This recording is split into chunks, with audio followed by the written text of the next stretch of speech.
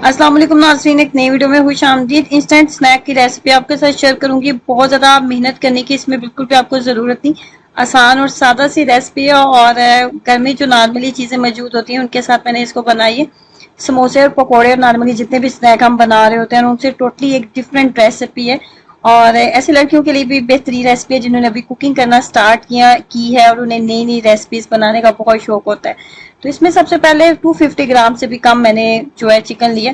Boneless chicken था, simple पानी डाल के तो बॉईल किया। बॉईल करने के बाद इसको ग्राइंड कर लें, चॉपर में डाल लें और अपने इस तरीके से इसके रेशे कर लेने हैं। और उसके बाद चीज के अंदर जाएगा थोड़ा सा मैंने अदरक और लहसुन लिया था, 1 चाय का चम्मच। और उसके बाद 2 से 3 सब्ज मिर्चें ऐड की थी, थोड़ा सा धनिया के पत्ते भी डाल दिए थे और सारी चीजों को ना अच्छे से पीस लिया था।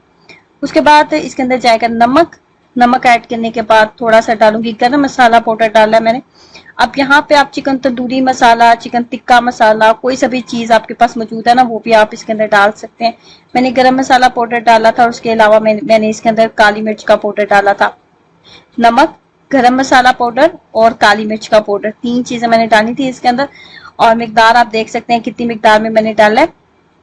इसके अलावा मजीद कुछ भी नहीं डालेंगे। तमाम मिक्सचर को अच्छे से कर लेंगे मिक्सअप करने के बाद तमाम चीजों को मिक्सअप करने के बाद मैंने एक और चीज इसके अंदर जो डाली थी वो थी मोज़रेला चीज।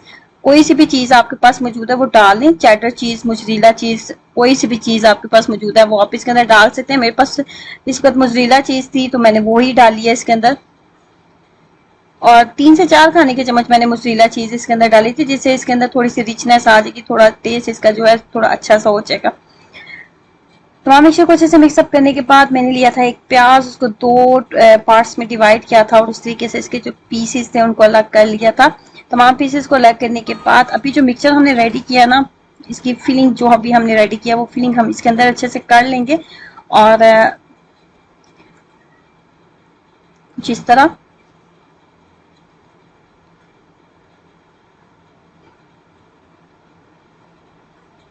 अच्छे से इसको प्रेस कर लेंगे ताकि इसकी फिलिंग बाहर ना आए। वैसे फिलिंग इसकी बाहर आई भी नहीं थी, बस के सामने इसको प्रेस कर लिया था।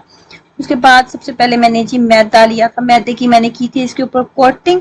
मैदे की कोटिंग करने के बाद मजीद मैंने इसके ऊपर लगाया था अंडा। एक अदर अंडे के साथ कोटिंग करेंगे और उसके बाद ब्रेड क्रम्स की कोटिंग करेंगे। लेकिन अगर आप सिंगल कोटिंग करेंगे ना तो आपको अच्छा रिजल्ट नहीं मिलेगा।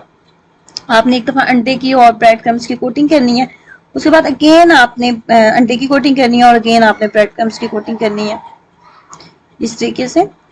अब अगेन हम अंडा लगाएंगे और अगेन ब्रेड क्रम्स की कोटिंग करेंगे। जो प्याज होता है ना इसके ऊपर कोटिंग करना बहुत मुश्किल काम होता है, बहुत मुश्किल से इसके ऊपर कोटिंग होती है। अगेन हमने ब्रेड क्रम्स लगाने हैं और अगेन हमने अंडा लगाना है। बस 2 दफा हमने जो अंडा लगाना है, 2 दफा ब्रेड क्रम्स लगाने। फिर एक थिक सी जो कोटिंग है ना, जो हमारी रिक्वायर्ड डिमांड है वो उसके ऊपर बिल्कुल ठीक हो जाएगा।